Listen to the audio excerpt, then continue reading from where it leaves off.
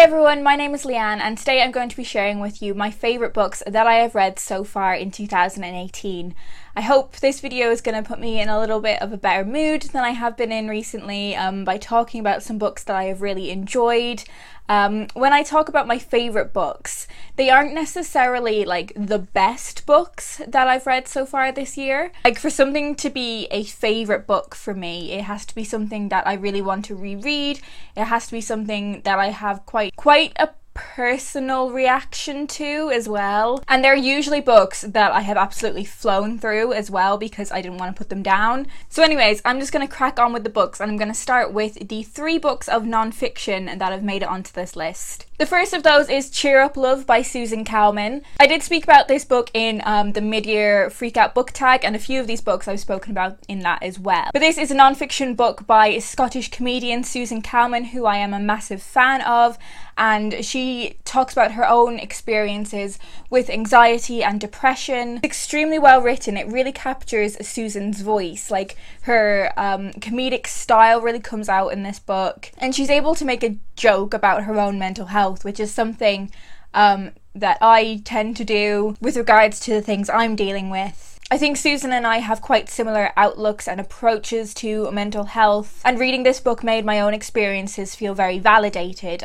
Susan also has another book coming out in September, and she has a podcast called Mrs. Brightside, I think it is, which is very similar to this book. She talks to various people in her life. A lot of them are comedians. Some of them she knows quite well, some of them she's not really met before, and they just have a discussion around their own mental health issues, and it's a phenomenal podcast. And she did an episode with Jessie Cave, which I found profoundly touching. The next non-fiction book is one that I only read in June, and there are a few books in this that I read in June, so I will be talking about those in my wrap-up as well.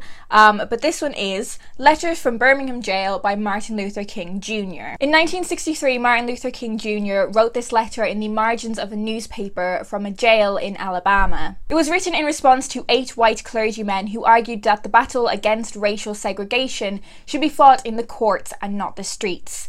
This is a profoundly articulate and important letter, and for such a short book, I have put a lot of sticky tabs in this compared to the size of it. It is extremely unfortunate that so much of this is still so relevant today, and I'm not sure how much more I can say about this really, other than to encourage you to read it, because I think it is so important that every single person is aware of the civil rights movement in America in the 60s and 70s, but also how those struggles are still ongoing. As I said, it's such a short one, it won't take you very long to read, and I think these words are so important. And following on from that, another book which has made it onto my favourites list is Rest in Power, The Enduring Life of Trayvon Martin by Tracy Martin and Sabrina Fulton, who are Trayvon Martin's parents. This is a book that follows the lead up and aftermath to Trayvon Martin being fatally shot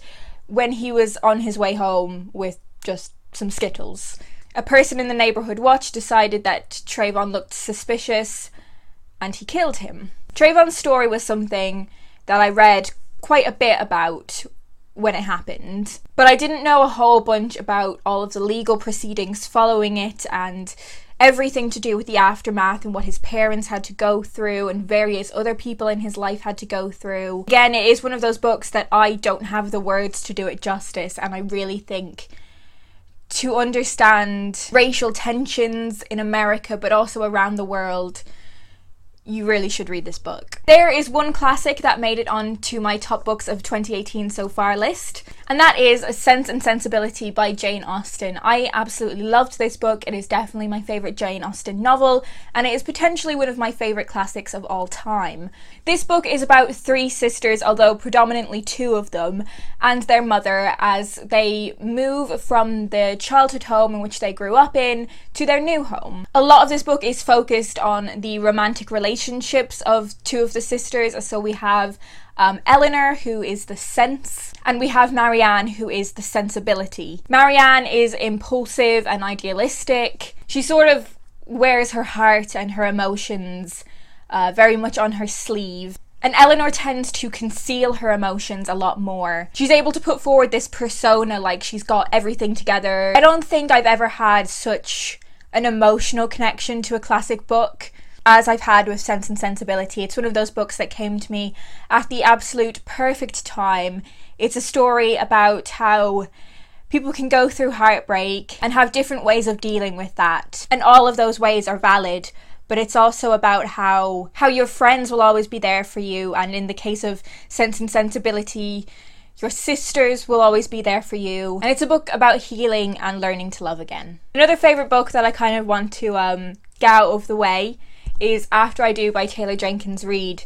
You may know this author as the person who wrote The Seven Husbands of Evelyn Hugo, which isn't a book that I've read yet, but I would really like to. I'm not going to talk about After I Do all that much because it is a book that I had such an intensely personal reaction to. But all I'm going to say is that if you are looking for a book that has a lot to do with romance but has a more literary edge, then I would highly recommend this one. And it's also a book that presents a lot of different approaches and attitudes and philosophies surrounding romantic relationships. The next favourite of the year so far is Almost Love by Louise O'Neill. Louise O'Neill is one of my favourite writers of all time. I have read 3 of her 4 published novels and loved all 3 of those. This is her first adult novel, and as you can tell from the sticky tabs, there were a lot of things in this book that stood out to me. This is a book that follows a young woman named Sarah in 2 different points in her life. So we follow her in the now and we look at the cracks in her relationships, both romantic and familial and friendship. And we also look back at her past, where we see her working at quite a posh secondary school and beginning a relationship with one of the parents of one of her students. This man is a lot older than she is. He is rather wealthy. He's quite well known in the Irish media, and there are a number of power imbalances in this relationship.